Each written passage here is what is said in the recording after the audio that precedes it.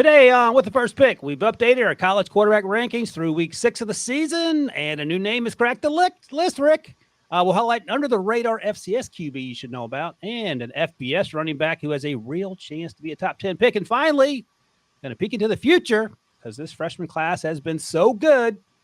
Rick, we cannot ignore it any longer. I'm Ryan Wilson. That's Rick Spielman, and that is Cooper Petagna. This is episode 188. And Rick, before we get going, how many days to the 2025 NFL Draft?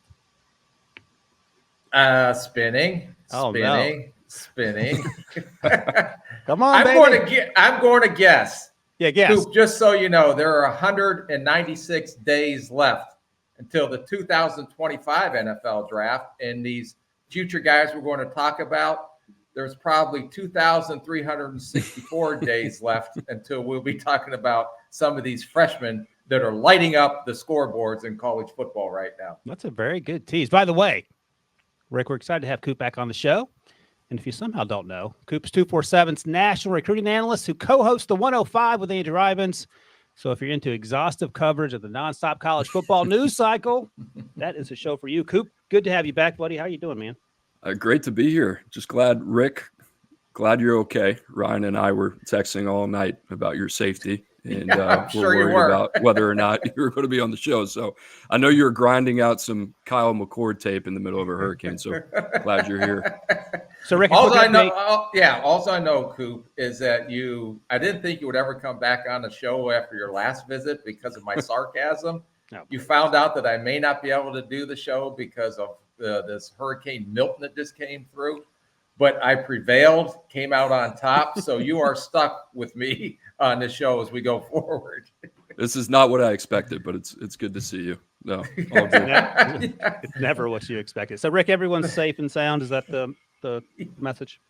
Yeah, no, everybody's good. Awesome. We have power and internet where we're staying inland at a friend's house. So anxious to get back to the island, hopefully today or tomorrow to assess the damages. But I know just watching the news down here and everybody north of us up through Sarasota, Tampa area seemed like it got spared a little bit, but just thoughts and prayers out to everybody that has to deal with this. Yeah, so I'm glad you're safe, and hopefully everyone else stayed safe. Someone said in the comments yesterday on yesterday's podcast we did with Mike Renner, where we talked about some NFL guys. When you did it on the lanai at the family friend you're staying with, they thought you were in a bathroom. So I thought that was pretty funny. Yeah. So, today's in the closet. Today's in a lanai, a different location though, in a lanai. But you're safe. So they're safe. All right, let's get to it with the first pick college QB rankings through week 6. And this is, to recap if you haven't heard, this is where we think these quarterbacks would get drafted if the draft were tomorrow based on what we've seen through 6 weeks. And because Coop's a great teammate, Rick, he gave us his top 10. He went back and watched one game each because he has a real job. He doesn't have time to be watching every single game of these players, but he knows these guys well from their time in high school. So, Debo, let's pop up the list of me and Rick first, and then we'll get Coop's reaction. We'll take a look at Coop's list as well. Oh, God, we're almost the same in the top 3. Not a lot has changed. You are coming around to Cam Ward. He has moved up since last week for you. Last week, Cam was 4. And now he's all the way up to 2. So you're hopping on the Cam tram. I just made that up. So for people listening, Shedeur Sanders is number 1 for both me and Rick. Cam Ward's number 2. Jalen Milroe's number 3. Rick is hanging on to his love of Carson Beck to the dear end. So Carson's 4 for Rick. I have Quinn Ewers 4. And your point about Quinn is fair enough. He's been injured and hasn't played. And we're going to talk a little bit about some guy named Arch Manning, who Coop knows a lot about. And I went back to watch his last 2 games. I think he's going to be pretty good, Rick. Yeah, he would be above Ewers, in my opinion, if we were ranking him in this today. But we'll talk about that coming up. We'll teaser. And then Garrett Nussmeier is 5 for both of us. And we'll get through this in a second. Coop, let me ask you something. Of the list, and they're pretty similar, anything stand out to you based on you having seen these kids 2, 3, 4 years? Not really. I think, Allar is the one that's pretty intriguing. And I know we're probably going to talk about, both you guys have him there in the back end, 9 and 10. And, I think, at least in my opinion, he's got all the tools, right? He was a top 5 player for us in 2022 when he came out. He was only behind Travis Hunter, Walter Nolan, 2 guys that are playing well, and 2 guys that obviously are going to be potential day 1 draft picks. And Travis Hunter probably going to be one of the first names off the board. But he's an interesting guy. I know you and I kind of talked about him last night a little bit and just kind of where he fits in. I still think his best football is ahead of him.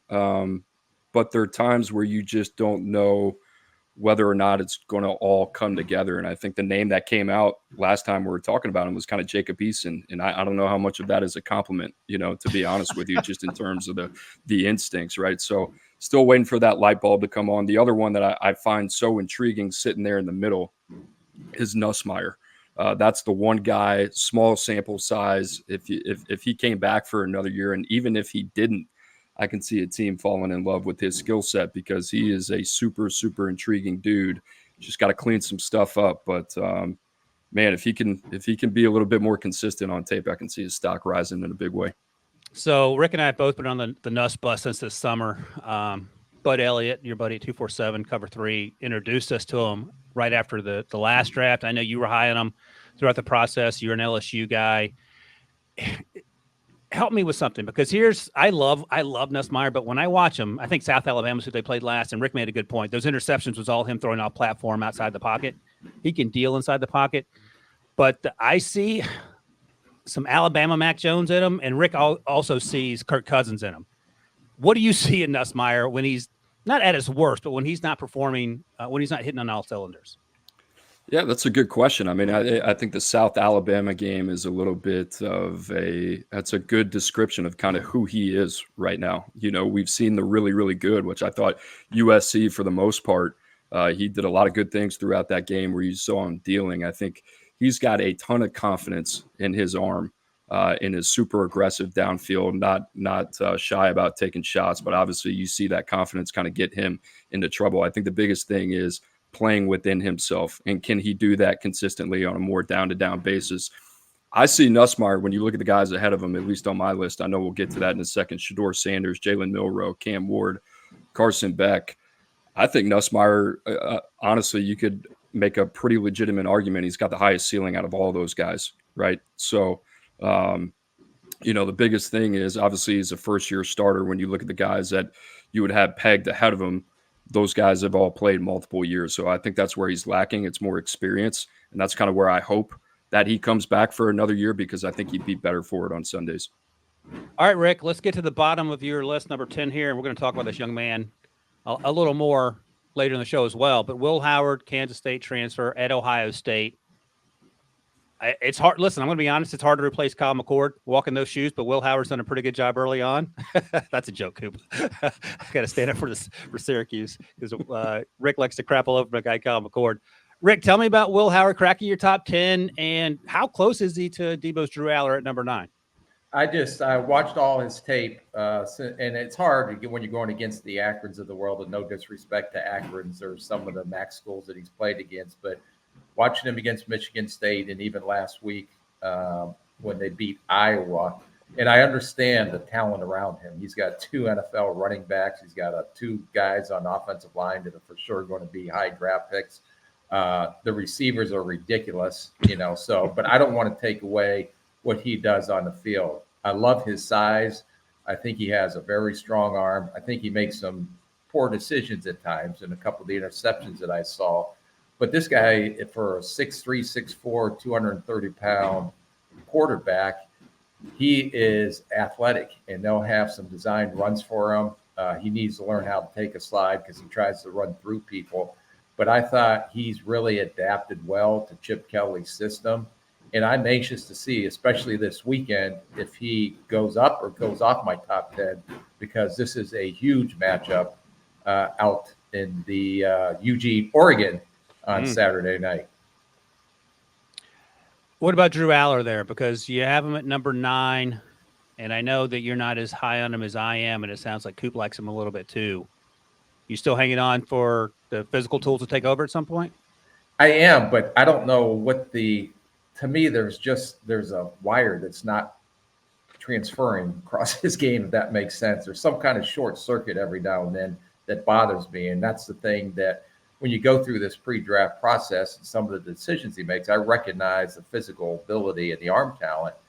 But to me, sometimes it's too mechanical, if that makes sense. And sometimes there's just a wire that crosses on why did you just do that? So those are the things that you have to get to the bottom of when you start interviewing him and going through this pre-draft process. If he does come out, to me, I think he should come back to school for another year. And I don't know if it's the system they run at Penn State. I don't know if I'm being biased because of all the mechanical Penn State quarterbacks going all the way back to Todd Blackledge. Jeez. And, then there's Kerry Collins, and I know Kerry Collins had some success in the league. He went to a Super Bowl. But there's something missing. They're not top tier quarterbacks at the NFL level. Well, Debo's showing a graphic here for people listening. They got the new offensive coordinator. Is it Kolowicki? Is that his name, Coop? Kotelnicki. Kolowicki, thank you. Came from Kansas State, I believe. Is that right? And Kansas, thank you. I'm 0 for 2. Here we go. So I can get this one right. He's improved Drew Allar's completion percentage by 10% from last season. He's completing nearly 4 yards more per attempt, and his touchdown to interception ratio has always been good. Hey, Debo, let me ask you this, and I'm not even kidding. In terms of being a college quarterback, was Trace McSorley out of Penn State better than Drew Allar, or is that a silly question? I mean, they're so different. It was a different style. They were winning a lot with Trace. They're winning a lot with Drew. I just want to keep pointing out when Rick says Kerry Collins and Todd Blackledge, Kerry Collins was the 5th overall pick and Todd Blackledge was number 7. Yeah, but okay, we need to do a redraft from the 1980s. So would you still take him there, Debo? Not Blackledge, but I think Collins is still a first rounder if you're redrafting 95. I think so. Kerry Collins is pretty good. All right, so you're hanging on hope for Drew Allar. It sounds like Coop likes Drew Allar as well. Hey, Coop, let me ask you about my guy, and we'll get to your list in a second. In fact, let's throw Coop's list up now. I want to ask about my guy Kyle McCord because he was a different player last year than he is this year. I know you watched his last game where I believe he threw 69 times in that win at UNLV. What are your thoughts on him? Because I know I didn't have your grades up here, but you had him as a possible day 2 guy. I know coming out of New Jersey, I believe he was pretty highly rated. He was okay at Ohio State, but he feels like he's turned the corner now. Yeah, I think I had him day 3, number 10 on the list, and kind of had him in that same conversation of Miller Moss. I thought he was a little bit more mechanical at times. I mean, he threw the ball 63 times against UNLV. I got to admit, I haven't really watched a lot of McCord outside of that one snapshot of that UNLV game, but I think within the structure of the pocket, he does some nice things. I think when he's got to improvise, he's got to play off schedule, off platform. I think that's kind of where things break down for him. But, I kind of saw him as a late day 3, anywhere from 5 to 7, kind of depending on your flavor a little bit. In terms of the redeeming qualities at the next level, what that looks like, I think fit, environment, all that kind of comes into play. But I wasn't super, super jazzed up about him. And, the other thing I'll say about Allar before we move on from him, I went back, I watched games against Michigan, Ohio State, Ole Miss last year. And Ryan, you and I kind of talked about it on the phone last night, like 2 types of quarterbacks, guys you win with and guys you win because of. And I don't think Drew Allar's in that latter category. They have at USC, at Wisconsin, Ohio State, and Washington. There's a real possibility in all 4 of those games, they're going to need Drew Allar to step up and put it on his shoulders. So I think we're going to figure out kind of where he is in his development. And I completely agree with Rick and his assessment that something's not there. The physical talent is there. I mean, prototypically is exactly what you want. But in terms of being able to play the game proactively, I think he leaves a lot to be desired. So these next 4 weeks, in terms of where we see the prospect, I think are going to be pretty illuminating. Yeah, sorry I misspoke. Used day 3 for Kyle McCord. So it feels like, Rick, Kyle McCord is going to be my Spencer Rattler this year. So I'm going to be on that boat all by myself. Although I'll ask you quickly, Coop, as a Saints fan, lifelong Saints fan, how do you feel about Spencer starting a game this week? I think the Saints are in a very difficult situation. Me as somebody that's followed that team for a long time, I think they missed their window. They've tried to extend that window maybe by 4 or 5 years, and they have a depreciating roster, a lot of good football players who are on the back 9 on the last couple holes. And, I'm excited to see Rattler get the opportunity. And I think if you're Dennis Allen, even though if he might not be there, I think if you're that organization, you want to figure out, all right, do we have that guy in the building, or next year we might have to look at potentially finding our next quarterback, right? So I think for them, it kind of offers them a unique opportunity to kind of see what he can do over the next 2 to 3 weeks before they ultimately maybe move on from Derek Carr, even if it's a guy that's got to sit a year behind him. Hey, Rick, I feel a dollar bet coming on. I don't know where you're going to be on this. And Coop, you can get in. We do this dollar bet thing here where I take Rick's money and I buy him a coffee because I feel bad that I take advantage of an old person. It was fixed last year. There was something that went on that was fixed. And then when I came on the show, for some reason, I can't remember why I couldn't come on the show. Maybe I'm dealing with a hurricane when you guys decided to go ahead and do the dollar bet totals. But there was some kind of coup meeting behind closed doors that made Ryan look like he won the dollar bets. But that's whatever still it under takes, man. protest. If you ain't cheating, you ain't trying. If you ain't trying, you ain't whatever it is. Hey, so here's the thing. I don't know. Maybe one game is worth. Maybe 3 games. Let's assume Spencer starts 3 games. I'm going to say Spencer's going to be more productive than Drake May over the next 3 games. Yeah, I'm not going to argue that. Oh, okay. All right. No, at least Spence has some guys to throw to and a halfway decent offensive line, and he's got Kamara in the backfield. Okay, I'm just saying that was one of my favorite players. All right, the other thing I want to talk to you about with your list, Coop, and you had this guy as a day one guy. At the very top there, Rick's favorite person on the planet, Carson Beck. So you only went back and watched the Auburn game. I'm sure you watched the Georgia game like the rest of us on television. First half was forgettable, got better in the second half. But tell me about Carson Beck and why you feel pretty good about him, at least based on what he did last week. I just thought he was kind of the safest in terms of the highest floor. What we've seen, being able to operate from the pocket. I think, the internal clock, the way that he processes the game, he plays fast, 3-level thrower. I liked him a lot. I liked the way that he played against Auburn. Look what he was able to do in that game. Almost 80% completion rate, 240, 2 touchdowns, efficient. Reminded me a little bit of Joe Flacco, quite honestly, from the pocket. That's kind of what I thought. And in a similar way, I think it's going to be one of those things. I keep bringing it up, but obviously the environment for him is going to be right. I don't look at Beck and say, all right, here's this resounding number 1 pick in the draft. I'm not saying that. This is probably a guy, and the way I view him is probably anywhere from middle to late first round. But obviously people are going to reach on a quarterback out of necessity. I like this kid. I just think he's the most complete, put together out of the crew. Cam Ward, who is my darling that I love, I went back and forth between him and Jalen Milroe, and more of what Cam Ward does. And this is going to surprise a lot of people. Virginia Tech and Cal, those 2 games felt more like Cam Ward from Washington State than what we saw in the first couple games of the season. And I thought he's kind of reverted back to some bad habits. But Beck just kind of felt like the most complete player to me. I kind of like the skill set all around. And, if I was sitting there in a war room, I'd say, all right, this is the guy that I feel the most buttoned up on compared to the rest of the crew.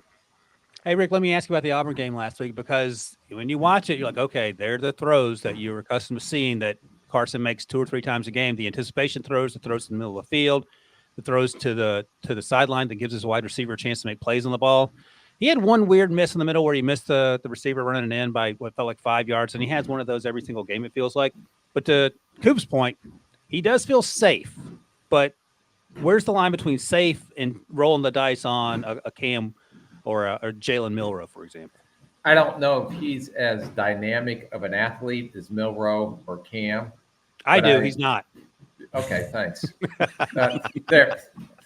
That verifies it, because I wasn't sure. But now that you've happy to help. Yeah, thanks, buddy. I appreciate it. That's why I've gotten so much better evaluating since I've started doing a show with you. I'm with you. Go ahead. Sorry. So I think he's the most and safe as but I don't think there's a limit to his ceiling. I mean, he has a high floor, but I do think he has a high ceiling too, because the one thing that he does that I don't see the other guys do is he usually makes good decisions, but he processes quickly, and he can get through his progressions, and he's an accurate thrower, and he's a good enough athlete to get outside the pocket and make some plays. He's not going to be Jane Daniels running up and down the field, but he's going to get positive yards as he has to scramble.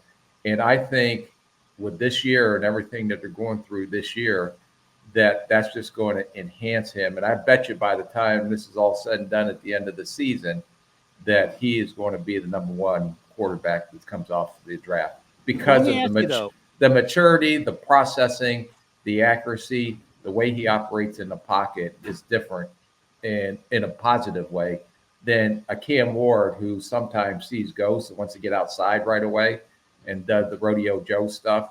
Even, Shadir Sanders, who we talked about, he's a rodeo Joe guy. Milroe's a little bit of a rodeo Joe guy, although he's being more patient in the pocket. But you can't do the rodeo Joe stuff at the next level. And I think you hinted at it earlier about the question I'm about to ask you here. You don't think there's necessarily a limit yet to what Carson Beck can do? Because my question was going to be, if you want to roll the dice on the upside of a Cam Ward or Shadir Sanders or Jalen Milroe, you think that Carson has a chance to be not necessarily that dynamic, but that good a quarterback at the next level. So that's why you still like him up top? Yes. Okay. And if he plays, the one thing that impressed me the most is after that debacle first half, if you want to call it, where he didn't play well, he responded in the second half, and then he came back this week, and it didn't affect him. So to me, his maturity and you say it's like water off a duck's back. It just flows off. So let's go. I screwed up a half. I moved on, and it didn't affect his performance going forward because sometimes it'll linger on some players. So the one thing that I always thought was important, if a guy does not perform the way he normally performs, how does he respond the next week? And I thought Carson Beck responded in a very positive way against Auburn. So I know it doesn't affect him, and he can shake it off and move forward, just like we talked about Caleb last year in that Notre Dame game. Hey, Coop, do you agree in terms of the not limitless ceiling, but the ceiling still has a ton of room left for Carson? Or if you're drafting first overall, are you trying to talk yourself into someone like Cam? No, not at this point. I mean, I honestly kind of went into it thinking that Cam was going to be, unanimous for me in terms of having him at number one. And I think watching Beck over the last 2 weeks, I think Rick brought up a great point about I don't think it's probably the worst half of football he's ever played in his career, Carson Beck against Alabama. And for him to respond and have his team in a position to win with less than 4 minutes to go in that game, I think says a lot about his mettle. And to come back the next week and play as flawlessly as he did, he feels like one of those guys, one of those rare guys where, the floor is high, but there's still a ceiling to grow into as well. And I think that's kind of what's attractive to him. I think the other two, if I was sitting at number one and had to pick a quarterback, as much as I like Cam Ward and as much as I like Jalen Milroe, I wouldn't be as confident or convicted as I would maybe going with a guy like Carson Beck. Okay. I'm going to ask one question. We'll take a break, and then we'll move on to some popper drops here. Rick, let's assume the Carolina Panthers end up with the first overall pick. Which quarterback are you taking then that you feel most comfortable in that situation? Carson Beck. Okay. Like Dave Canales, I get it. I would have to think about it. Coop, do you have any sense of who you want to succeed Bryce Young after 15 games? Yeah, I think it has to be Beck. I have a lot of confidence in Canales, and you see the job that they've done with Andy Dalton in a short amount of time. But I don't think Carolina's in a position where they can roll the dice after it hasn't worked out with Bryce Young and then continue to push their timeline back where they got to go do this in 3 to 4 years from now anyway. You know why Coop is so good, Rick? Because he can make you feel good about Carson Beck and make me feel good about Cam Ward. So he's the opposite of what we bring to the podcast. Well, yeah, no. If I were you, I wouldn't feel good at all about what he just said. Like I just said, he's the opposite of what we bring. He just stabbed Thanks, you. Rick. He just stabbed you in the back in a very nice manner. I didn't even know it. I was like, oh, thank you. Doing good. Yeah. Thought Why I was is gonna my get away back? with it. Why do I feel like I got something in my back? All right, let's take a quick break. We'll come back. We're going to talk about a couple other quarterbacks here and a little thing we call pop or drop right after this. It's a team almost too good to be true. You guys ain't ready for us. Kick your game day off right as the Tops team tackles all the biggest headlines around the league. Who's got two thumbs and loves this next segment? Sunday mornings on CBS Sports Network. All right, Coop, we're going to look at some quarterbacks here from last week's action. We call it pop or drop. Pop if they did well, drop if they didn't. And big afternoon for this young man, Rick Connor Wegman. Bounced back nicely. He had been injured, banged up a little bit. the start to the season wasn't the one that he wanted. The Notre Dame game was hard to watch. East State, he was fine, but they were playing McNeese State. No disrespect to them. And then he came back against Missouri, and he took it to him. And he made some big boy throws. He showed off his ability to run. I think he's a baseball background guy. And after the game, Mike Elko, I think he was talking specifically to you, Rick. Some of the stuff that has been said about this kid and written about this kid is embarrassing. A lot of people right now who need to stand up and recognize that what they've said over the last 3 weeks and take some effing ownership. Rick, take some ownership. I don't know. He hasn't played the last 3 weeks. He's been hurt. So I wasn't in the He played great, though. He had a great game against Missouri. Yeah, no, it was fun to see him back. And I saw a lot of the things that I saw last year in him. And maybe he's getting more comfortable in the offense. He was more decisive in the pocket. Made some big boy throws in this game. Also, I thought he fluttered some down the field where he could have put a little bit more air under some of the deep balls. So I was happy for him because he looked more comfortable in what we saw last year. My biggest concern is durability. Last year he played 4 games and was hurt, missed the rest of the season. This year played horrible against Notre Dame. I think he had an AC joint injury. So in that Notre Dame game, tried to play the next week and wasn't very effective. Missed the last 3, came back healthy and performed. But the question is, guys that are hurt in college, are they going to be hurt at the next level? And usually that history tells you that. You know, it's funny you say that because every time I see or hear about Amarius Mims, who plays tackle for the Bengals, struggled with injury at Georgia. I loved him, and you kept saying, well, he can't stay healthy, and he struggled with that, and it's wild to me, but maybe you're onto something there. All right. Coop, I know you like Wigman a little bit, so you were probably excited as well to see him turn the corner. Were you nervous at all, given the way he played the first few weeks? Not really. Not after the Notre Dame game. I kind of felt like it was an exception. My biggest concern about him has been the availability, as Rick said. I think when you saw him last year, when he was healthy, there's a lot to like about him. I think the arm talent is anywhere from adequate to above average. We saw the ball die on him in the deep third, like Rick talked about. Should have had an INT. Terry Bussey ended up making a great play to break up that football. But I really like him the short to intermediate. I like the processing power as well. He plays quick, right? Keep talking about proactive versus reactionary passers. He's a proactive guy. He's playing the football game. So I like the way that he plays, the poise, the command. I like the competitive temperament as well. Like if we were going back through that top 10 list, I'd probably have him at 7 behind Quinn Ewers before Drew Allar. If the sample size was larger and he was able to stay healthy, I think that's kind of where he would be. But I like him, high floor. I think he's very solid. I think he'll probably get dinged physically when he comes out, whenever that is. Hopefully he comes back for another year of school. But I think his redeeming qualities are between the ears, and that's what I like about him the most. So, Rick, it sounds like Coop is of the opinion that Wigman should return. I think you're still there too. Yes. Yeah. No, I'd like to see him play a full season just to prove that he can be healthy if you can't stay healthy for 12 games or 13, whatever they're playing, you got to pay preseason, 3 games plus a 17 regular season game. That's 20 games. So I think the biggest thing is he has to go out and show that he can stay healthy for a full season. Okay. I think that's exactly right. And I'm glad he had a great week. And hopefully Mike Elko doesn't yell at you next week with whatever you have to say about I had him in my top 5. I think I had him at 5 or 4 going into this process. I really liked him. Should have been higher, apparently. Stay healthy then, and maybe I'll move him up. You got to give him a pop, though? I'll give him a pop. Yes, definitely. I'll give him a pop as well. You want to pop him for us, Cooper? Do you have any concerns? Oh, yeah. No, popping him. Nice. All right, Whatever next up, Will. I'm sorry, what's that?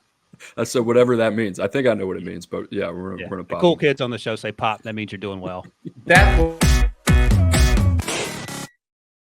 I came up with that Coop last year. It felt like something you came up with. I liked it. Yeah, no, that's the only thing I've ever contributed to this show was naming something pop or drop. But that's not true. You read the big board. Yeah, I do the big board. I got two assignments on the show that I'm responsible for. Other than that, Debo and every once in a while, Ryan will scurry up the Ivy Tower in his hard shoes, and they have these coup meetings, and then they throw stuff on me. Jeez, oh pizza, what is going on here? By the way, Debo, I'm pretty sure we can go back and check the tape. I'm pretty sure Rick just called me Ron. Ryan. So here we are. All right, next up, Will Howard against Iowa. Chris Hassel had to watch that loss in slow motion, it felt like. Our colleague who's an Iowa fan, 21-25 for 205, 4 touchdowns. Did have that interception where the defensive back undercut the out route there, I believe. That's a nice little play by the defensive back. We talked about Will Howard earlier, but Rick, I'm guessing you're going to pop him based on the way he played in this game, sort of his first true test. Yeah, well, I had to go back. I watched Iowa, Michigan State. I even went back and watched the Marshall game. I just wanted to get 3 games if I was going to add him onto my top 10 list. And, okay. I think he's a big physical quarterback, like we mentioned earlier. I think he can make all the throws. Now, like we said, he has talent around him, but some of the accuracy and touch in the red zone. Now, there's a young receiver there that we're going to talk about here in a minute that goes up, and wait till you hear my comparison of him. I think he's really adapted to the Ohio State. I think that's great because I think they had a decision to make between him and Gabriel, who went out to Oregon. So that's why I'm so intrigued about this matchup with Ohio State and Oregon, because Ohio State took Will Howard, I believe. So I don't know that for a fact, but he reminds me a little bit of a more athletic Mason Rudolph with that type of arm talent and everything like that. But he's a much better athlete than Mason Rudolph. But that's who he reminded me of. I remember watching Mason Rudolph at Oklahoma State. Actually saw him play live against Pitt before we played the Pittsburgh Steelers a few years ago. And that type of arm talent, I thought that's what he reminded me of. So Will has a big arm? Like that type of arm? I do. I believe he does. Yeah. Okay. All right, you're going to pop him. What do you think, based on what you've seen of him, at least just last week, Coop? Yeah, I would say he's a guy for me. Rick, hearing your thoughts, I think anywhere from, late round 3 to maybe 5, I think he's going to be a guy with a range on him. I'd probably have him early day 3. Like Rick said, big physical kid with some tools. I actually thought he was one of the best quarterback options in the portal. Obviously Miami went back and forth whether it was going to be Ward or whether it was going to be Will Howard. Ohio State had the decision with Gabriel. I think, comparing those two guys are a little bit different just based on the NFL upside and what they bring to the table. But I do think he is a better athlete than people give him credit for. The Iowa tape was, I thought, a little, some good, some bad, right? But I do think there's some areas to get better. I kind of like him as a developmental prospect, but would have him early day 3. But I think he's doing everything they need him to do, considering the type of talent that he has around him. Hey, Coop, let me ask you this, and Rick, you can follow up because I'm interested in what you think too. Better college football fit for the 2024 season, Will Howard or Dylan Gabriel for Ohio State? It's a good question. I don't know. Watching a little bit of Gabriel, I'd probably say Howard. Honestly, just in terms of fit, what he's been able to do, I've been impressed with him. And like I said, considering the type of talent environment and play calling environment that he's in, I think he's been good for him. I got a question. Can I ask a question? Of course you can ask a question. All right, Ryan or Coop. Is Ohio State a better football team with Will Howard or if Kyle McCord stayed? I've had many sleepless nights thinking about that. I mean, if Kyle McCord plays like he's playing now, I mean, he can sling it. I know Coop is not as high on him as I am. I don't know if anyone is outside of the McCord family. But some of the games he played early on, he's the only – I mean, that offensive line struggled a little bit. He has Gadsden. He has a couple young receivers. The running backs are okay. But he's done a lot. And I don't know, and I'll ask both of you guys this because you have a sense of it. Have you seen in real time, especially you, Coop, watching the high school kids come up through college, where if you go from being the small fish in the big pond and struggling to being the big fish in the small pond and having a light come on, that feels like a real thing with McCord. It felt like at times last year he was lost in the mix.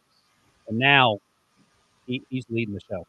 Yeah, I feel like the lineage of quarterbacks at Ohio State, the expectation is for those guys to be needle movers and amplifiers. And, I think with McCord in big moments, and, I'm not the most versed on this, but to answer your question, I think Will Howard would be the guy. They needed more out of that position than what they were getting. And I think Will Howard is the guy when you compare him to a guy like Kyle McCord when there is a play where the playmaking ability comes to the forefront. Will Howard's a guy that can do a couple different things that maybe McCord can't do, right? I just think McCord is more of kind of the play within structure. When it's good, and then sometimes outside of that, it can get a little bit hairy, So these couple games stretch, we'll see it. Oregon, Nebraska, playing against some really, really talented defenses. They're going to need Will Howard's legs, athleticism, playmaking ability outside of the pocket, and I think that's where you're going to see the real difference between what a Will Howard offers and what a Kyle McCord would have offered him. Yeah, I'll just point you back to the Stanford game where Kyle ripped off a 20-something yard run and helicopter into the end zone. Well, here's why I say that, because Marvin Harrison Jr., who went to high school with Kyle, they played together there, was shocked at the athleticism that Kyle McCord displayed on that play. So I think he saves it up for special moments, but he doesn't have it consistently like a Will Howard. I'll grant you that. Okay, all right, Coop, just real quick before we get off this subject, yes or no, McCord or Howard? You have to make a decision, Brian Wilson. Are you asking Coop or me? You. I know where me and Coop stand. Oh, yeah. No, I'm taking Kyle McCord. I got to put my trust in my guy. He's been good. Well, we'll see. All right, let's do a dollar bet. I got another dollar bet for you guys. See if you guys will bite on this one. Who gets drafted higher, Kyle McCord or Will Howard? Oh, God. That's easy. Yeah, I'm going to stick to my guns here. I'm going to go with Howard. All right, Rick, you want to give you and Coop want to give me $2? What are you going to say? That's Will Howard. Okay, and the only thing I'm saying, too, is watching Will Howard at Kansas State, and I understand the competition so far, and he's been very good, but I think he's improved as a passer at Ohio State than what he showed at Kansas State. I agree with that. There it is. So mark it down, Debo. Kyle McCord. All right, let's talk Cam Miller, North Dakota State quarterback. Ricky got on our radar when we saw them in week 1 against Colorado, took it down to the wire with Shador and crew over there. So I think the issue is that they're better than everyone else they play, so it's hard to get a sense for who Cam Miller is after that Colorado game, in which I thought played really well. But I want to get your thoughts on him. I watched Illinois State and then North Dakota. They played last week. And he has all day to throw in the pocket. So he's just slinging it. He's out there playing 7-on-7. It's hard to get a sense of who he is outside of that Colorado game. And I feel more confused now than I did in week 1 about what he may end up looking like. Maybe we need to see him at the Senior Bowl, the Shrine Bowl, and go from there. He's been there since 2021, I believe. So he's played a lot of football. And I don't know how much more that ceiling there is to reach for. What'd you think? I have mixed reviews on him. I went back and watched the Colorado game. I watched the North Dakota game. For a small quarterback, he moves around in the pocket okay to find the open windows. I think his accuracy is good, short and intermediate. I don't think he has deep ball accuracy. The thing I'm disappointed in is a lot of these small quarterbacks that have to get outside the pocket. I really question his accuracy when he has to throw on the move. And that bothered me a little bit about him. But he wins a lot of games. They're more talented than everyone they play. Like you said, in Colorado, he gave a heroic effort, but I still see a lot of the same flaws. I don't think he's unique or special for a small quarterback. So I think that he's going to be a college free agent, and I think his ceiling is very limited. My comp for him, so you can make a face before Coop says anything, Chase Daniel. Yeah. Go ahead, Coop. There you go. That's a B+ grade, by the way, Coop. That's not nearly as bad as it could have been. I only watched the North Dakota game and I was buzzing through it quickly. Watched a little bit of the Colorado game live the first week of the season, but I think everything Rick said was pretty accurate. I don't have the full context of the rest of the class. McCord is my 10th ranked quarterback, and it's probably 12 guys right there. But I agree. I mean, you're probably if you love him, maybe 6th round, but I think 7th priority free agent, at least based off of a 1-game snapshot. So I would tell you, out of all the guys I watched, least informed on Miller. Yeah, and I was sort of disappointed because I was hoping after that Colorado game that it would be a lot more of that, and it just wasn't there. That doesn't mean anything other than I want to see more. But All right. So I got to give him a drop on what I saw the last 2 games. Drop. All right. Let's talk about a running back that I'm very excited to get to. Ashton Jeanty out of Boise State. Rick, this kid is special, and we don't say that a lot about running backs. I'm going to ask you a question and rank these running backs, and then you can tell me why you love Ashton Jeanty as much as I do. Bijan Robinson, Jahmyr Gibbs, Ashton Jeanty. How are you ranking those guys? I'm going to go Jenny third right now, just Who's first? because I'm still going Bijan and Gibbs, 1, 2. Okay. And the only reason I think that Ashton is a better runner, and he has, as you see on tape, it's like you can't turn the tape off. In fact, I stopped it, got some popcorn, and rewatched it again just so I could enjoy the matinee that I was watching. It's fun. As a hurricane blew through. But it's his contact balance and his ability to finish runs in space and the speed and everything. And I agree with you. He can catch the ball. And even the few reps I saw at the in pass protection, he's not afraid to step up there and put his face in there to try to block guys coming in pass protection. It's just you don't have that complete picture. So I think that once you get through this pre-draft process and people see that he does have good hands and he can make plays in the passing game. The weirdest thing to me, though, and I went back and watched 3 or 4 other games, is it stands upright before the snap. It looks like he's standing in line waiting for popcorn at the concession stand. All of a sudden, the ball snapped, and this beast is unleashed. But it's the oddest stance I've ever seen a running back have pre-snap. But this guy is unique and special. The ball security is unique and special. I'm going to put him, I'm not labeling him as just a running back. I'm going to label him as an offensive playmaker. And I think that's the distinction between Robinson and when Gibbs came out. They're more than just running backs. They're playmakers because they can make plays in all phases of the game.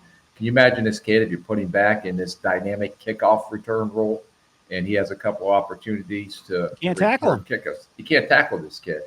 And the only thing was hard to watch. I can't remember what game, but he had the all blue uniforms on with the blue field. I had to go back and forth 100 times just to make sure that I saw the number. But you really don't have to, because as soon as he has a ball in his hands, whether he's got blue shirt on playing on a blue field, you can tell that it's him. And I thought I didn't think it was a fluke versus the Georgia Southern game, when we talked about him for that first week, but I watched Washington State and then Utah State were the last 2 games I watched on him, and it's even getting better versus better competition. Somehow getting better for sure. All right, Bijan went 8th, Jahmyr Gibbs went 12th. How high does Ashton Jeanty get drafted? I'm going to say top 20. I'm going to go higher. I'm going to say top 15. Well, you got him at number what? 7.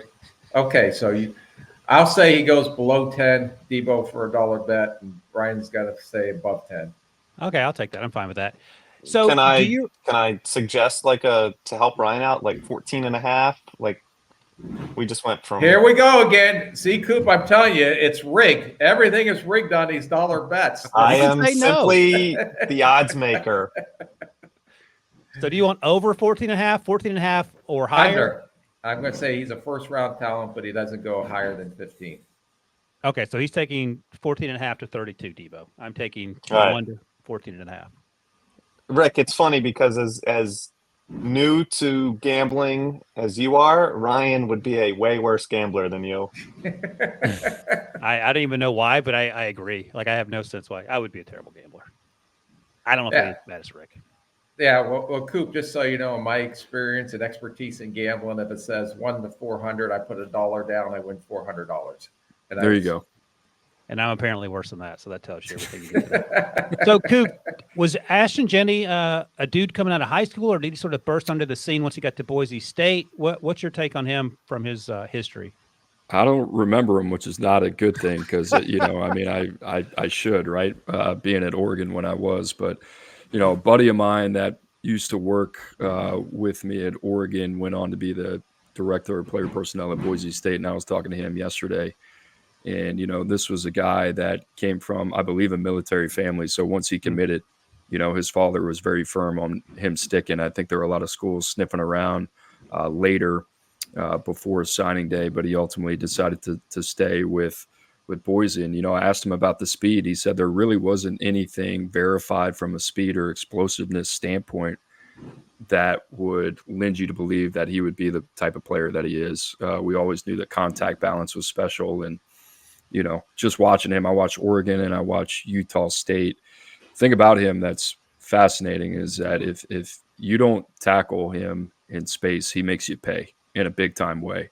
And I saw that versus Oregon. You see that versus Utah State. I mean, he's like a downhill bowling ball with Vaseline, and he is a super, super exciting kid. And I think the separation speed is pretty unique as well. What's funny, Rick, about what you were talking about, the pre-snap stance. We had this at Washington with our two backs, Myles Gaskin and Savon Ahmed, and I never really understood it.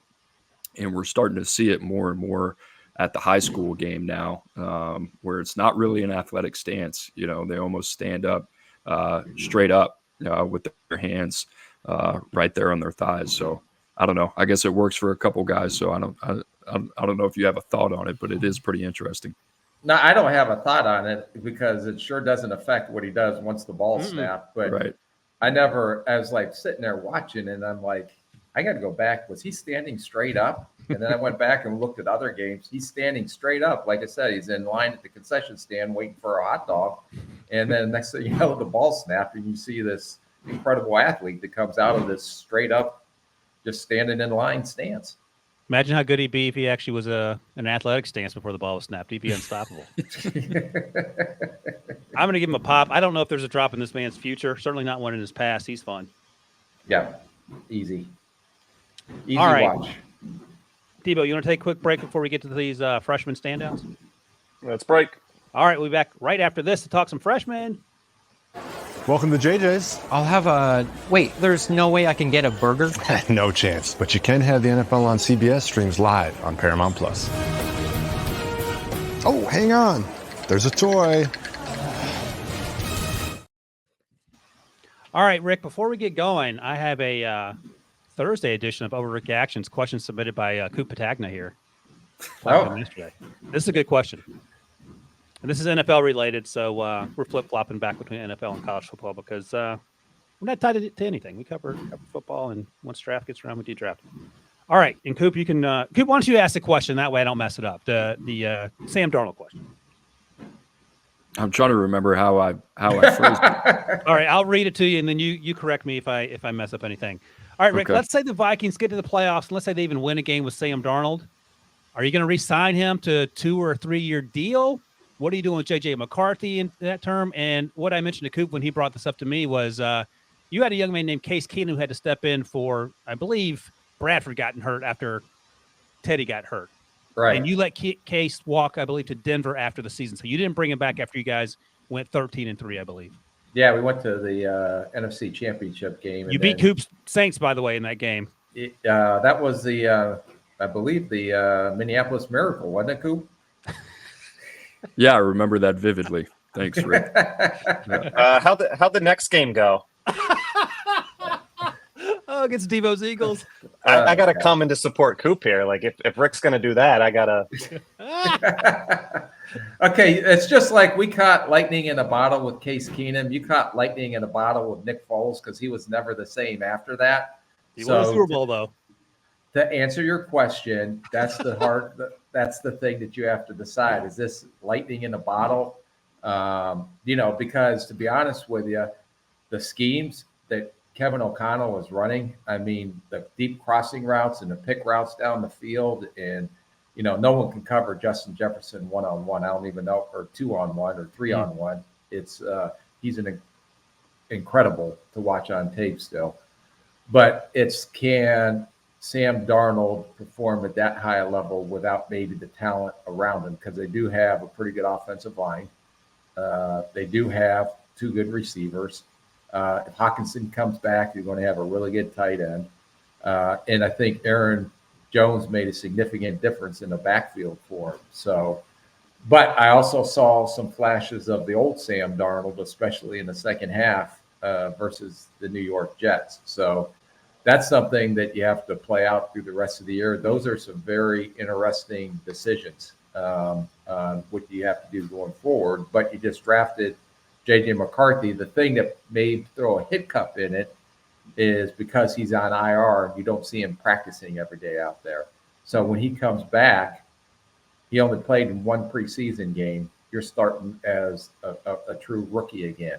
So is it worth signing Sam Darnold to a 2 or 3 year deal, similar to what they did with Geno Smith, and let JJ sit and being able to get out of that contract in a year or two? Maybe that's the best option to go if you had to make a decision right now. How far down that road did you guys get with Case, or did you know it was going to be Teddy's job? We didn't know where Teddy was from an injury standpoint, and if he was ever going to be able to come back. It was that significant of an injury. So that's where we were. And I believe, that was a lot of very difficult decisions. Okay. But I'm going to, truly rely on, too, the coaches. Now, if the coaches don't believe that this guy is the future they can win with, why are you going to force a guy down, especially at the quarterback position, down a coach's throat? If they don't. Are you talking Sam or JJ? I'm just talking in general. Okay. Just if you're not all on the same page on what you want to do with this guy. But it's similar to Atlanta, right?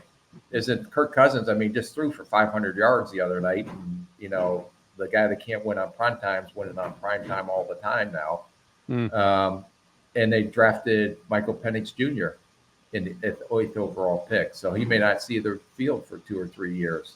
So, but you already had your quarterback in the wing. So maybe it's a situation like Atlanta just did with Cousins and Penix. Does that make sense?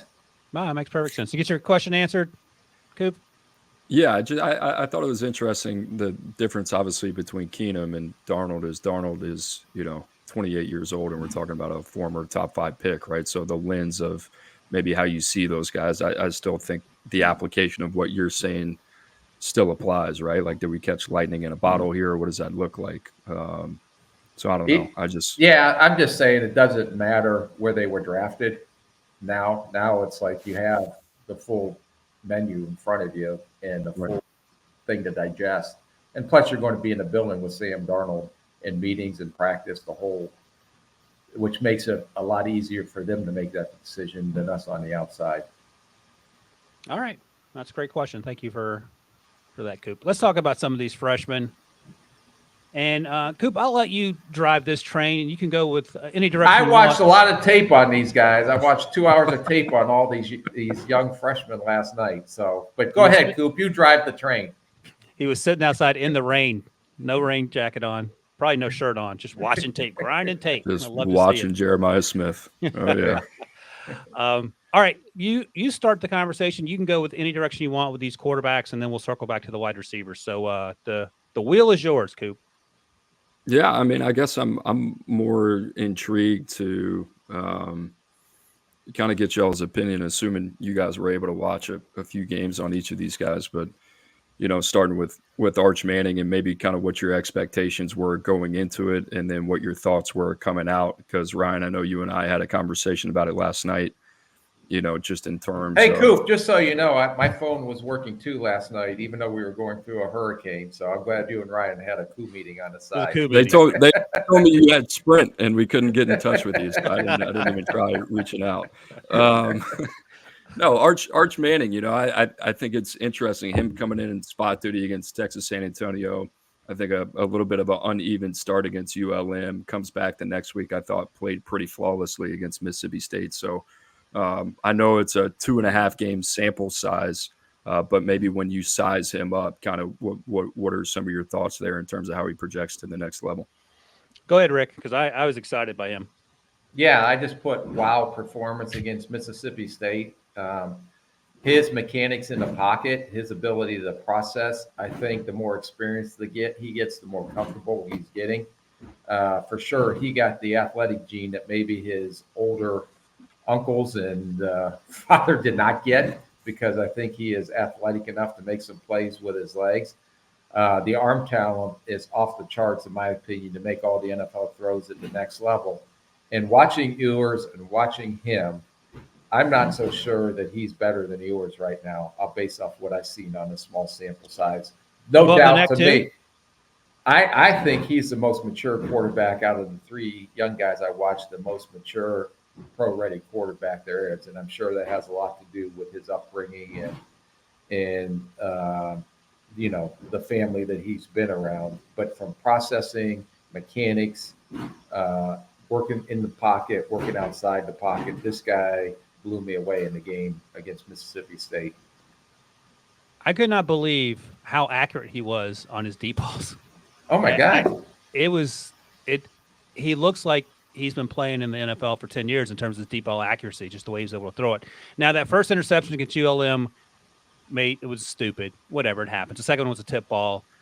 He's got some hero ball in him, Rick. He likes to go out there and try to take – he's like Will Levis. It wasn't any stupider than Cam Ward in the third quarter when they're down 21-10 or whatever it is, trying to throw it 90 miles across the field, rolling to his right, back to his left. I can't defend that, but we don't have to bring Cam Ward into this conversation. But I think that, to your point, I think Arch is only going to get better.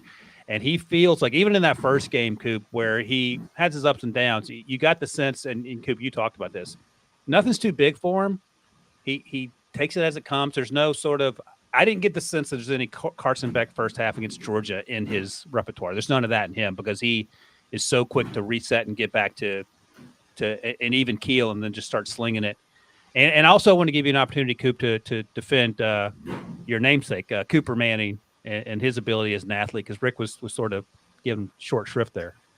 Yeah, so he obviously the Manning boys all went to Newman High School, which is 5 blocks from where I grew up in New Orleans. But Cooper, you know, so they say. I don't know. This is what I hear from my family members, right? So this is what you hear. But Cooper, being one of the more dynamic athletes in the family, and was going to play receiver at Ole Miss until he had, I believe, a neck or spine injury that medically DQ'd him for the rest of his career. So Arch was also, you know, a kid that played basketball. He wasn't a huge contributor on the hardwood.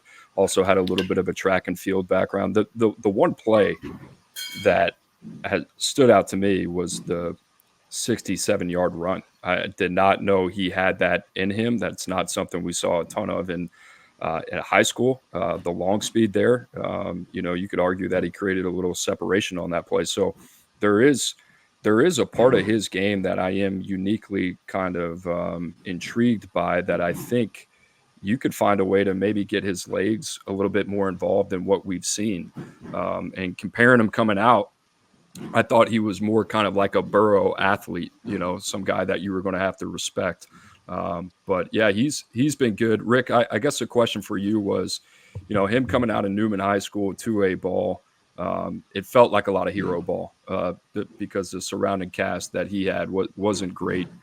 You always felt like he had to put it on his shoulders. I guess if you had 2 prospects that you felt were on equal footing, and for this example, let's call it Arch Manning and Nico Iamaleava. When we had this discussion, our job on the high school side is to project where these guys are going to get drafted. And we had Arch number 1 and we had Nico number 2. And a lot that went in that decision is that we felt comfortable with both players. Now, me personally, I felt Nico was a more physically talented player than Arch Manning.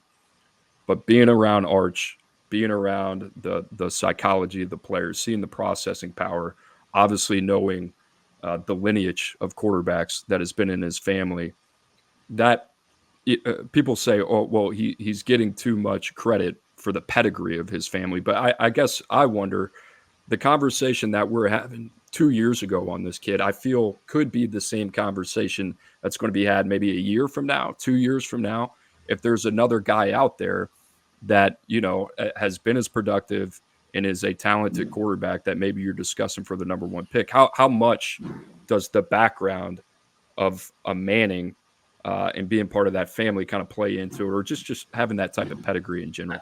Yeah, the pedigree is important, but I think when you're in these draft discussions, it is because the Drew Brees versus a Jameson Winston, for example. Okay, there's no question if you watch him throw the ball, this and that.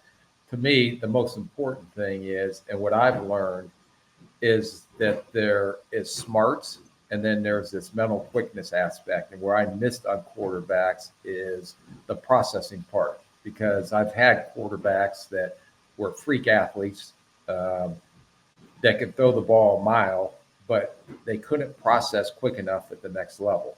Things happen too fast, where guys that have that, whether it's inherited, whether it's just a trait that you can't teach, that they make the game look easy. And the game looks like, to me, for the first time I've watched this kid, was just last night during the hurricane. And so it was quite entertaining to watch. But I, on the outside, not knowing anything or ever watching this kid, I thought, oh, yeah, he's just getting all this pub because of the name.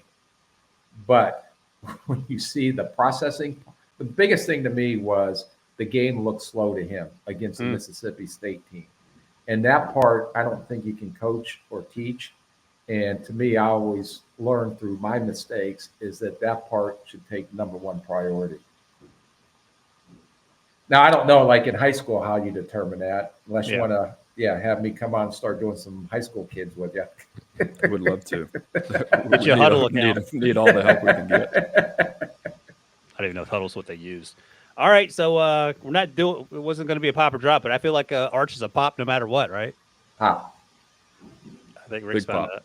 I already pegged him in 2027 as the number one pick in the NFL draft. All right, we'll hold you to that. Who we got next, Coop? Nico Iamaleava, right? So these two are going to be tied at the hip for the rest of their career, right? That's just going to be the way that it goes. Hey, Coop, let me interrupt you and ask. No, Raiola, you don't think has a chance to be in that conversation? Well, he does, but he came out the following year. Gotcha. So okay, go ahead. These two were in the same grad class in 23. Raiola was 24. Nico is one of the more unique athletes that I think we've seen at the position. Obviously, a dynamic volleyball background. I have not said that much. Ironically, the other guy that had the dynamic volleyball background, Tedero McMillan, Troy Fatanu. Maybe we should start looking into volleyball a little bit more. But, Nico was this creature that didn't play a lot of football, felt like he was new to the position in high school, but was just a really dynamic kid that you could tell for a guy that hadn't played the position for very long, had a pretty good feel for the game. And Ryan, I sent you, I think I sent you a text and I told you, I said, you got to watch this. What was it? Tennessee Chattanooga game or one of the first games of the season that Nico played in. Now the last couple games, I think there's been some cold water thrown on him, especially during Arkansas as well. Now the comp the closest thing that I felt like we could kind of come up with was kind of Justin Herbert-ish. A lot of that had to do with the frame. A lot of that had to do with the arm talent. I think he's a lot better athlete and runner than he's displayed. But he is a super, super unique kid and different from Allar.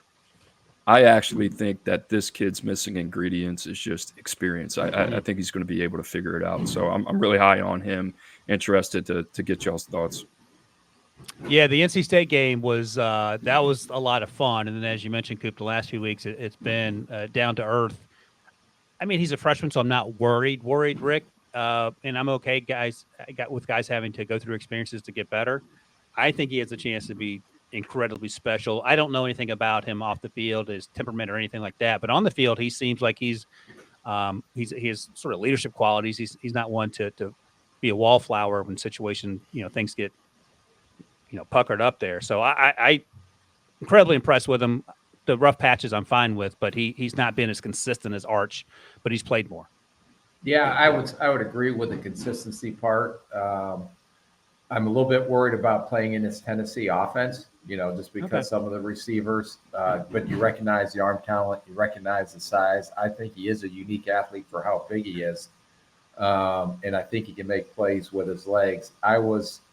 And again, we're judging freshmen here, and I'm hoping he's going to learn, especially off this Arkansas game, because I wanted to see if he responded or did not respond on that last drive to go for the touchdown to win the game. And he missed the throw to the left down the field where the ball sailed on him, would have got him with like 24 seconds left or something like that.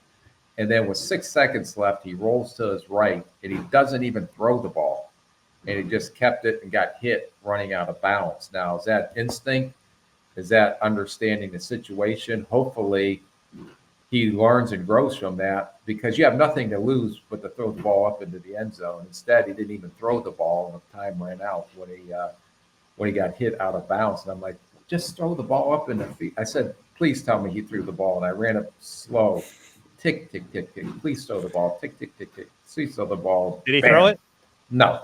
He got whacked out of bounds. And at least give you a chance to have a chance. And I'm hoping that is a growing experience. Now, if he continues to make the same mistakes, then he's got some knucklehead in him. But if he grows from some of these mistakes he's making now, I think he's got a chance to be a very special talent. I agree. I'm not worried about that one play. Again, to your point, Rick, he's a rookie or a freshman. He'll. You know what's interesting about that last play? I immediately thought of Justin Herbert when he threw the ball out of the back of the end zone late against Auburn. Remember that? And people thought that was the week same one thing too, I think. Yeah, but at least he threw the ball. Yes, he did. He airmailed it. But I think that the conversation surrounding it was the same. That's the exact same. Yeah. So no, that's a good point. That's funny. All right, this Raiola kid, I'm interested to get y'all's thoughts. Legacy, Nebraska, crazy recruitment, was committed to Ohio State, flipped to Georgia, ends up in Nebraska late. Uncle's the offensive line coach there. His dad was Dominic Raiola. Ring of Honor, massive expectations, 4 different high schools in 4 years. So there was a lot of stuff going on in this recruitment where I was kind of like, this is kind of out of whack. But why the 4 high schools, Coop? I couldn't really tell you. He transferred from Arizona to Texas, I believe, again in Texas. I could be wrong there. And then transferred to Beaufort High School in Georgia after he committed to Georgia. Gotcha. So, you felt like, all right, he's going to school so he can be closer there and his family can be there. All to just end up in Nebraska. But he was always a super efficient kid. I mean, he was 34 to 1 touchdown to INT, took care of the football, played within himself. And I believe he's going to be one of the best deep ball throwers in all of college football here pretty soon. I mean, he's extremely talented, throws 90 plus on the mound. Baseball guy, dad's obviously an offensive line. This kid could be 250, no problem, but he's worked really, really hard to keep his frame down around 225, 230. I mean, he's an off-platform magician. That's kind of what he does. So it's been interesting to kind of see how he's been able to play within the structure of Nebraska and kind of elevate them. And I think, Nebraska's record is a reflection of their roster now that they have a quarterback that can continue to kind of keep things on schedule. So Nico, what's funny about it is Nico and Dylan, in my opinion, are 2 physically superior, talented quarterbacks than Arch. But I think Arch is ahead of both of those guys in terms of Rick, where you were talking about mental quickness, which I love that definition. I haven't heard that, so I'll be sure to pocket that. Hey, Rick, let me ask you. We've talked about it before, but just to get it back out there again, I don't care at all. But any issues with him parodying everything Patrick Mahomes does? No, I don't care. If he's winning games for you, yeah. Okay. Who cares? I like this kid. It's interesting. I didn't know he played baseball, but his release is a little bit like a baseball release. It looks better from the end zone than it does from the sideline view. But he layers the ball really nice over linebackers' heads. He has more than enough arm talent. I think he's a good athlete. I don't know if he's an exceptional athlete that I've seen today, but he can make plays with his legs, and he is built like a running back. I mean, this kid looked thick especially through his waist all the way down to his toes. I really liked what he did in the Illinois game. He missed the throw that would have won the game at the end of the game. Which hopefully he makes that. But I thought he played very well at Illinois. Then I watched him against Rutgers. The accuracy wasn't the same. He was a little off this game for some reason.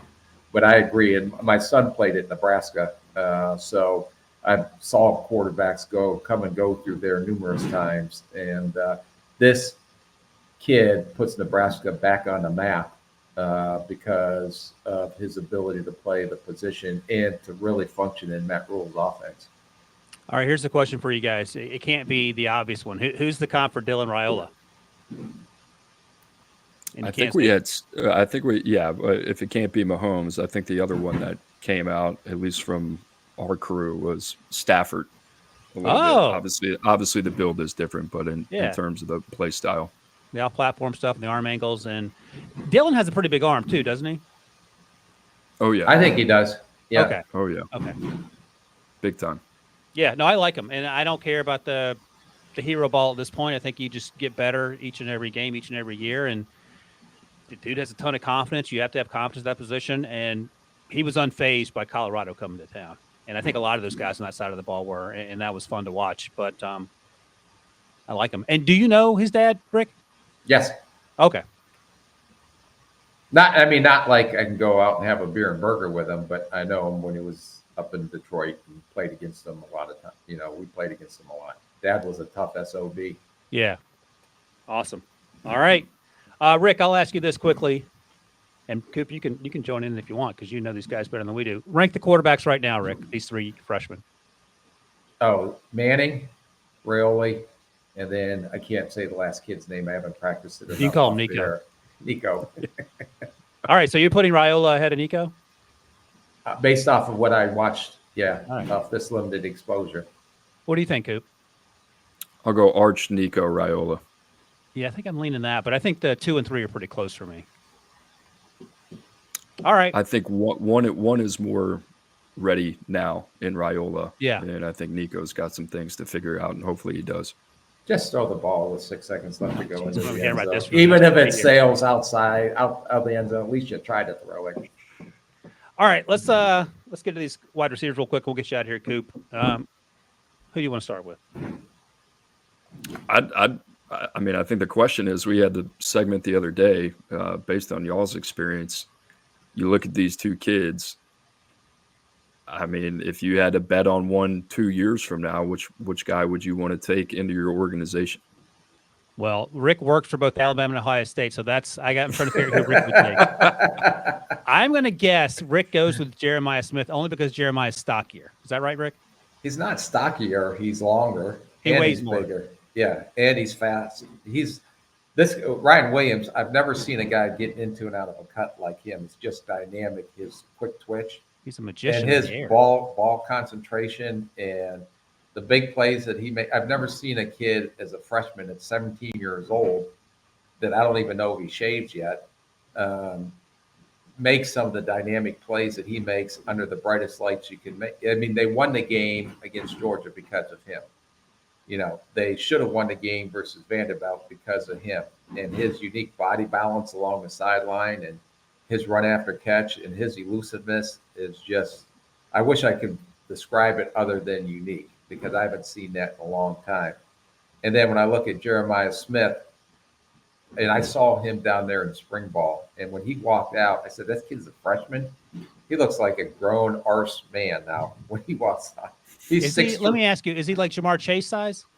Yeah, he is thickly built, but he's 6'3". And 6'3"? Yeah, this kid is a man among boys.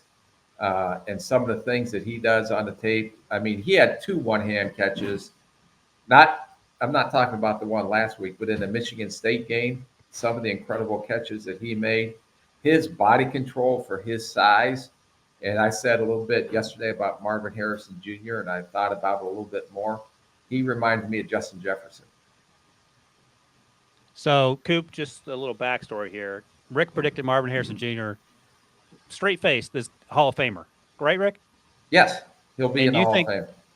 What's the follow-up now with Jeremiah Smith compared to Marvin Harrison Jr.? He can go in after him 5 years later when he's done in 2050. Who's going to be the better NFL pro? We're talking about freshmen. I'm not as in tune as Coop is to all this stuff. All I know is when I watch football and I try to evaluate guys, neither of these guys look like freshmen. They look like if they came out in the draft this year, they would both be first rounders. What do you think about these two guys, Coop? I think Jeremiah Smith is, the best receiver that I've ever scouted in my young scouting history. Wow. And, I think it was pretty interesting. We were in a spot last year where we weren't really convicted on number one. And Andrew Ivins, my partner that I do the podcast with, he's been covering South Florida for his entire life. And he said, I really think Jeremiah Smith is the best player in the country. We had seen this guy multiple times in person. And on top of that, similar to the conversation that we had about Arch, there were absolutely no questions about the character or the person or the intangibles. They were all elite in terms of the work ethic, in terms of how he handled the situation, the circus of the recruitment. Miami tried to get involved at the end. It's another guy that was a state qualifier in the 110, 400-meter hurdles, two of the toughest events in track and field. He's just an absolute dog, and he played that way. So the combination of athleticism, speed, strength at the catch point. But what's interesting about him, I feel like he's got two different speeds. One is a route runner and one with the ball in his hands. And he's incredibly dynamic with the ball in his hands and his ability to separate. Ryan Williams, believe it or not, was actually a little bit of a tricky evaluation. Not because he was such a dynamic player, but we're talking about a 17-year-old reclassifying that we had very limited data on. So you're thinking about throwing this kid in the top 10, and I went back and forth on it. He was in my region. Every time I saw him, he was the best player on the field, but he showed up at the Alabama-Mississippi All-Star game, which I think is one of the most underrated events in all of high school football scouting. Just these guys showing up from, Alabama, Mississippi that are going to go play in the league. And he was 17 and he showed up and it wasn't even close. It was just like, there's nobody that can stick this guy. He showed up at the Under Armour game and it was the same deal that entire week. So you're sitting there and this is exactly what you want.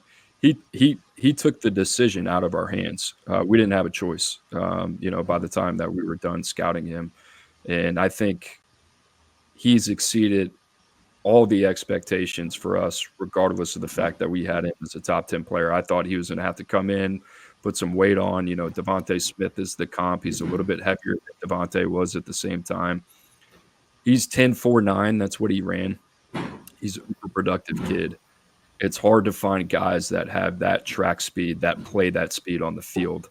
And then also are as to Rick's point, that efficient of movers. You go back to the play that he made against Georgia, there's 3 different points where you just kind of go, wow, within 5 seconds. The 46-yard line, the catch point, the balance and the body control, the 42-yard line, the ability to split those 2 defenders, and the 25-yard line, the ability to run away from 2 guys in Julian Humphrey and KJ Bolden, who respectively both ran sub 10.7. And he just looked like he was running a completely different race. And he is a graceful, eloquent, unflappable athlete, doing it all as a minor against the best. And, it's pretty crazy. It's hardcore, Rick, when Coop has the yard-by-yard breakdown of that play, Ryan Williams, that touchdown catch against Georgia, because I think a lot of people felt the same way. Just the things he was able to do felt like he was on the moon and defying gravity, and he does it each and every week. But, Rick, I'll ask you, you got the second overall pick. You get picks 1 and 2. You got Arch Manning number 1. Who you taking number 2 at wide receiver? Jeremiah. Oh, yeah? Yep. I'm just going to go with the size. You've always gone with the size. Well, if I think Jeremiah is Justin Jefferson, I'm going with the size. I don't know who drafted Justin Jefferson, but they got that one right. Got me fired and on a podcast, sitting don't through look a at it that hurricane. way. Yeah, watching high school kids. Other than that, everything's going great.